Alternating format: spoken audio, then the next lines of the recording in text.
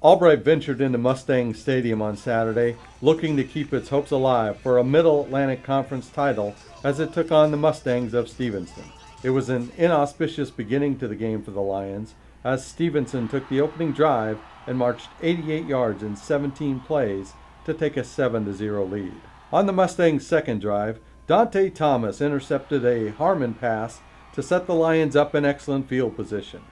Albright's drive stalled, but Daniel Sobolewski tied his own school record by connecting from 52 yards out to cut the Stevenson lead to 7-3 with 15 seconds remaining in the opening period.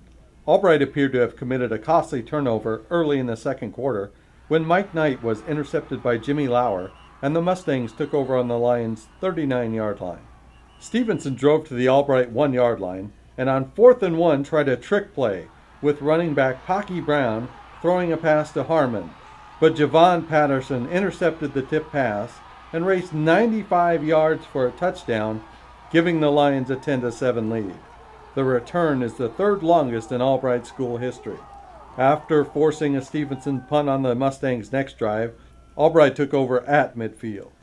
Facing a 4th and 1 at the Stevenson 46-yard line, the Lions used a fake punt to gain the first down, as Steve Barroso scampered 30 yards on the fake. Knight capped the scoring drive when he connected with Josh McLeod on a shuttle pass from a yard out to increase the Lions' lead to 17-7 with 4:09 to play in the second quarter. The Mustangs wasted little time in getting back into the game as Harmon found a streaking Preston Otto for a 59-yard touchdown pass to cut the Lions' lead to 17-14. Another Lion miscue led to Stevenson taking the lead into halftime. A low snap couldn't be handled by punter Kevin Getz, and he fell on the ball on the Albright 2-yard line. Stevenson needed just one play to regain the lead as Keandre Burrell leaped over the pile and into the end zone, giving the Mustangs a 21-17 lead. Albright responded by taking the opening kick of the third quarter and marching 75 yards in 10 plays to regain the lead. The drive, which consumed 4:41 and included a 24-yard reception by Gerard Gaynor and a 22-yard scamper by Chris Dawson, was capped when Dawson raised 12 yards for a touchdown that gave the Lions the lead for good at 23-21. Albright increased the lead late in the third quarter. The Lions went 59 yards in 9 plays, aided by a 2-yard run by Knight on a 4th down play, and Dawson raced in from 19 yards out to push the Albright lead to 30-21 with 1:46 to play in the third quarter. Stevenson climbed to within 30-24 when Tim Sternfeld converted a 30-yard field goal with 6:36 remaining on the clock. After an Albright punt, Stevenson took over on its own 4-yard line and trailing 30-24. The Mustangs moved the ball to midfield, where an interception by Thomas appeared to wrap up the victory, but the Lions were called for roughing the passer penalty, which kept the Mustangs' drive alive. Patterson then clinched the victory 2 plays later when he intercepted a pass along the sideline with 58 seconds left to play. Albright will try and secure its first Middle Atlantic Conference title since the 2008 season when it faces Lebanon Valley in its season finale on Saturday, November 14th at 1 p.m. in Shirk Stadium on Senior Day. I'm just so proud of these young men. As I said to them after the game, that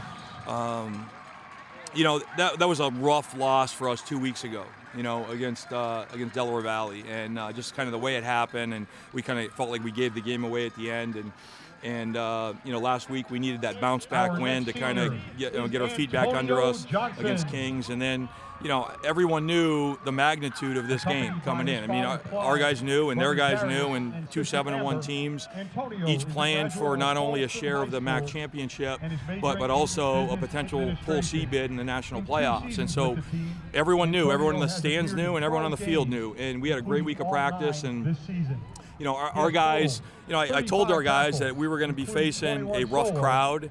You look at the size of this place, and we knew that they were going to travel well and have more people here than we were, no matter how many local guys we have.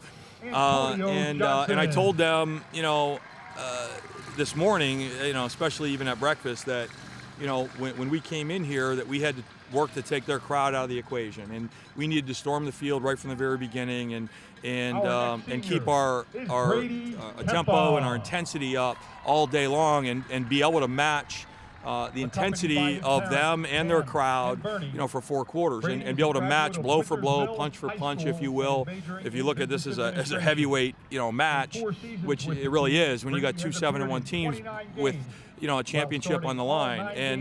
And we also talked this week, we talked a lot about courage and about it taking courage to succeed, because it's, the only way you're going to become better, as a person or as a team or at anything you decide to do, is you've got to grow. And it takes courage to grow. It takes courage to change. It takes courage to look in the mirror and see what your weaknesses are and confront them, right, and fix them. And I thought we took steps forward this week.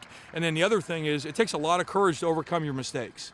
It really does, because we talk about winning the next play, and the most important play in football. Doesn't matter what happened on the last play or anything else. You got to line up and win the next. And it takes courage to do that, because when you make mistakes, you have to look fear in the face, because that's the last thing in your head was what just happened.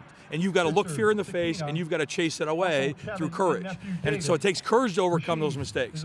And, you saw a very courageous football team out here today, because we just had to keep fighting. We made mistakes. Things didn't go right. We turned the ball over. Defensively, we gave up some big plays. We let them drive the field, all these things. But we just kept coming back and kept fighting. And we stayed together. We played together. This was a total team effort for 4 quarters, everyone on the field and everyone on the sideline. And I'm just so proud of these guys, for sticking together, for believing in themselves and believing in each other, and having the courage to grow. And, this wasn't perfect by any means. I mean, we, like I said, we made a lot of mistakes, even at the end. I mean, I'm not sure how that happened, where, by the card that I have, we shouldn't have had any time on the clock. But, apparently something went wrong, so we're going to have to go back and take a look at that.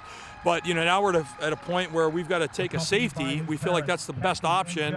And then kick off, and and I knew this was going to happen. I mean, you just saw last week, Miami beat Duke, came from behind with that 27 lateral play, and so I knew it wasn't over. And we had to, our guys had to go out there and run around for what felt like 60 seconds on a kickoff, to finish it, and we did that. And so right up to the very end, I mean, we had to just stay together, and we did that. And but we got one more opportunity here, the regular season.